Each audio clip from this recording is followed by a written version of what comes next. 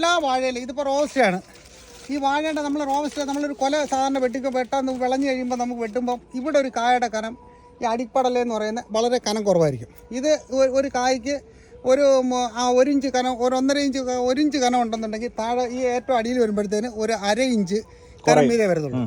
കുറയുമല്ല, 1/2 inch കനമേ കാണത്തുള്ളൂ, താഴോട്ട് കുറഞ്ഞേ വരത്തുള്ളൂ.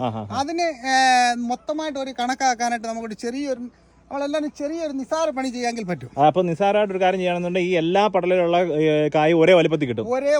മേളിൽ തൊട്ട് താഴെ വരെ ഒരേ വലുപ്പത്തിൽ കിട്ടും.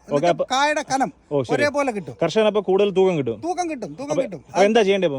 ഇപ്പൊ നമ്മള് ഇതിന്റെ കൂമ്പ് കണ്ടില്ലേ, ഇതേപോലെ ഈ കൂമ്പം കുടിച്ചു കളയും. ഈ പ്രായമാകുമ്പോ തന്നെ കൂമ്പ് അടിക്കുക. നമുക്കപ്പോ എന്തെങ്കിലും ആവശ്യം ഉപയോഗിക്കാമല്ലോ. അത് കൊള്ളാം, ഉപയോഗിക്കാം. ഈ കൂമ്പ് അടിച്ചാൽ പോരാ, ഇതിന്റെ ഈ അടിയിലത്തെ ഒരു മാന്നിപ്പടലല്ലേ, ഇത് ഒരെണ്ണം വെട്ടിക്കളയണം. ഒരു പടല വെട്ടിക്കളയണം. അതിൽ ദുഃഖിച്ചിട്ട് കാര്യമില്ല, ഒരു ദുഃഖവും ഇല്ല.